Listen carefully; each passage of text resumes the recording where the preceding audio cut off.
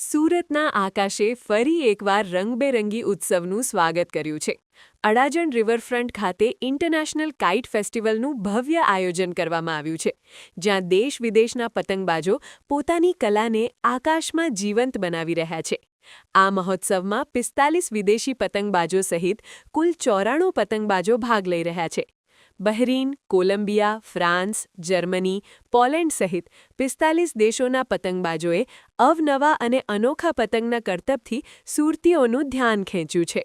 સાથે જ કર્ણાટક, મહારાષ્ટ્ર, કેરળ અને પંજાબમાંથી આવેલા 20 પતંગબાજો પોતાની કલાત્મક પતંગો સાથે આકાશમાં ઉડાન ભરી રહ્યા છે, જ્યારે ગુજરાતના 29 પતંગબાજોએ પોતાના અદ્ભુત કૌશલ્યથી દર્શકોને મંત્રમુગ્ધ કર્યા છે.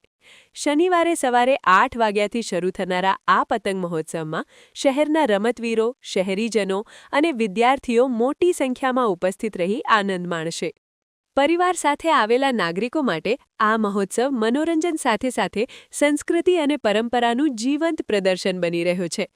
મહોત્સવ દરમિયાન વિવિધ આકાર, થીમ અને કદ પર આધારિત પતંગો જેમ કે પ્રાણી આકાર, રાષ્ટ્રીય પ્રતીકો, કલ્ચરલ થીમ અને આધુનિક આર્ટ ડિઝાઇન આકાશમાં અનોખો નજારો સર્જ્યો છે.